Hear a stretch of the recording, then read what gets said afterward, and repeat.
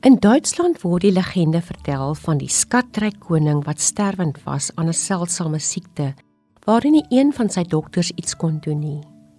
Toe lees sy raadgewers eendag in 'n ou boek dat 'n koning gesond kan word as hy die jas van 'n volkome gelukkige man sou aantrek. Die koning het dadelik sy boodskappers opdrag gegee om hierdie volkome gelukkige man te kry en sy jas dan te bring. Hulle het sy koninkryk deurkruis, maar almal wat gelukkig gelyk het, weens hulle rykdom, mag of status, het erken dat hulle ten diepste nie gelukkig was nie.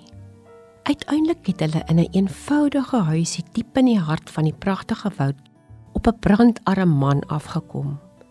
Hy het 'n absoluut eenvoudige lewe gelei, was met die allerminste tevrede, het mens en dier lief gehad, en hy was werklik sielsgelukkig. Sy geluk het sommer op sy glimlaggende gesig gestraal. Die boodskappers het onmiddellik gedink dat hierdie man se jas na die koning toe moet gaan. Maar toe hulle hom vra na sy jas, het hy gesê, ek is te arm om 'n jas te besit. Is jy gelukkig? Wat is dit wat 'n diep gevoel van tevrede vreugde in jou hart laat? Wat is die dinge, die mense, die oomblikke wat jou siel laat glimlag? Jesus gee vir ons die mooiste riglyne vir 'n lewe wat 3 maal gelukkig is, in Matteus 5 vers 3 tot 11. Hy sê onder andere in vers 3 dat gelukkige mense diegene is wat afhanklik is van God, wat afhanklik is van sy goedheid en sorg. 'n Mens kan dit vertaal deur te sê dat gelukkige mense die mense is wat weet hoe nodig hulle God in hulle lewens het, en wat nie op hulle self en hulle rykdom, status en mag staat maak nie. Dat geluk in die harte lê van die mens, ryk of arm, belangrik of gewoon, groot of klein, wat vanuit sy genadehand met tevredenheid leef. Logan Peasel Smith het gesê, daar is net een vereiste vir geluk, om dit wat jy het, hoe min ook al, regtig te geniet.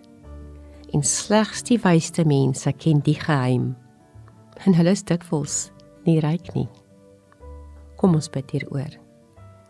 Here Jesus, vergewe my dat ek soms na ander kyk en dink, was ek maar so gelukkig, terwyl ware vreugde eintlik op my eie voorstoep lê. Ek moet eintlik net die deur van verstaan wat ware vreugde is oopmaak, en dit vir my kop tot in my hart laat afsak. Hemelse Vader, help my om vreugde op die regte skaal te meet. Ja, laat ek vreugde meet aan die wonder om U te ken, aan die voorreg van 'n liggaam, om sintuie te hê waarmee ek die lewe kan indrink, aan die stil tevredenheid wat liefhê bring, aan die diep versekering dat ek, met of sonder 'n jas, U koninkrykskind is.